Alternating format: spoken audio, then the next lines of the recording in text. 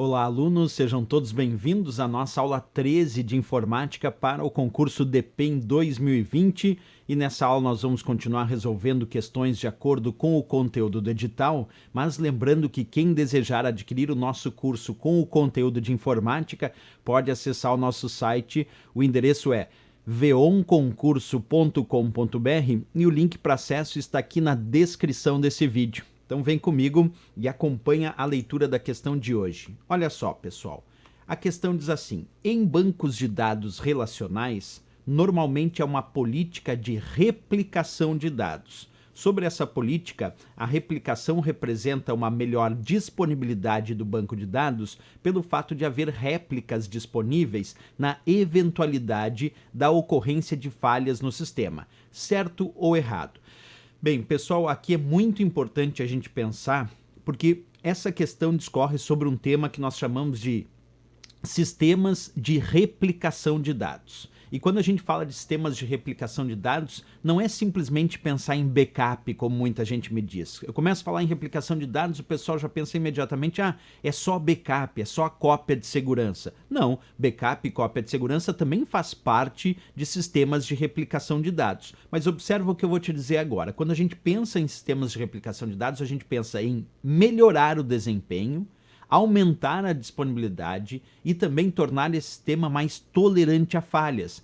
Percebe que não é somente a disponibilidade, mas também tem a ver com melhoria de desempenho. Por que eu digo isso? Porque quando a gente pensa em melhor desempenho, por que replicação de dados pode melhorar o desempenho? Porque eu posso programar um sistema para que ele grave dados, por exemplo, em memória cache de computadores clientes e de computadores servidores. E a memória cache é uma memória que armazena os dados que são utilizados com maior frequência durante o processamento. A memória RAM é aquela que armazena os diversos dados que estão em processamento. Se um sistema consegue alocar parte dos dados que estão lá na memória RAM, por exemplo, na memória cache, e esses são os dados que são utilizados com maior frequência durante o processamento, quer dizer que esses dados serão acessados de forma mais rápido. E isso é uma replicação de dados, porque eu tenho dados mantidos na memória RAM, que é a memória principal, tenho dados mantidos na memória secundária, por exemplo, um disco rígido ou um SSD, e tenho dados também agora em memória cache replicados para que, se o processador solicitar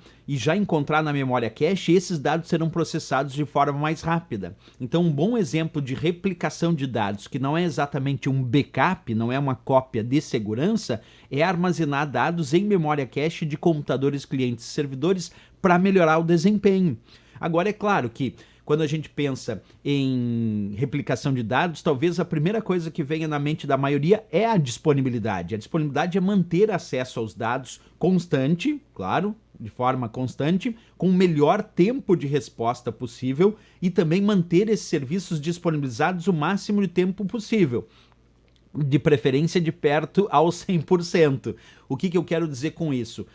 Que se um sistema pensar na disponibilidade, ele tem que imaginar a replicação de dados. Porque a replicação de dados é que vai permitir que, se não conseguir acessar os dados, por exemplo, nesse servidor, que tenha dados lá em um outro servidor, esses mesmos dados em um outro servidor, para que então esses dados, a disponibilidade desses dados seja mantida. Porque de repente acontece problema no servidor, é o que a gente chama de tolerância a falhas. Quer ver? Ó? Quando a gente fala de tolerante a falhas, nós podemos dar o exemplo que os sistemas vão encontrar falhas. Então, na ocorrência de falhas no acesso aos dados, o sistema vai tratar o acesso novamente, mas agora com resultados corretos. A replicação de dados, por exemplo, em dois servidores com sistemas redundantes, onde os dados estão em um servidor, os mesmos dados estão em outro servidor. Se um servidor falhar, o outro assume justamente para que o acesso a esses dados continue. Imagina, teve falha no acesso aos dados. O sistema tem que tratar essa falha e melhorar esse acesso para continuar dando disponibilidade, mesmo quando a gente tem algum tipo de falha. Então, na ocorrência de falha no acesso a esses dados, o sistema vai tratar esse acesso novamente, mas agora com os resultados corretos. Como eu disse, tentou acessar num servidor, não conseguiu, Então ele mesmo, o sistema, vai tratar novamente isso para acessar esses mesmos dados que estão naquele outro servidor. Então sim, sistemas de replicação de dados também dão o que chamamos de tolerância às falhas quando a gente acessa os dados. Pois bem, voltando na questão, ela dizia em bancos de dados relacionais. Bancos de dados relacionais são aqueles que normalmente trabalham com tabelas relacionadas entre si, a tabela clientes, com a tabela fornecedores, com a tabela vendas, com a tabela produtos. Então isso é um banco de dados relacional onde as tabelas estão relacionadas entre si. Sobre essa política, a replicação representa uma melhor disponibilidade do banco de dados. Perfeito. Então, quando a gente pensa em replicação de dados, a primeira coisa que nos vem à mente é uma melhor disponibilidade do banco de dados, pelo fato de haver réplicas desses dados disponíveis na eventualidade de ocorrência de falhas no sistema. Perfeito, porque essa disponibilidade tem muito a ver com o sistema ser tolerante a falhas, porque existe replicação de dados. Então marcamos como certíssima essa questão bem interessante aí, falando sobre sistemas de replicação de dados, nesse caso junto a bancos de dados relacionais. Valeu, pessoal, mais uma questão respondida.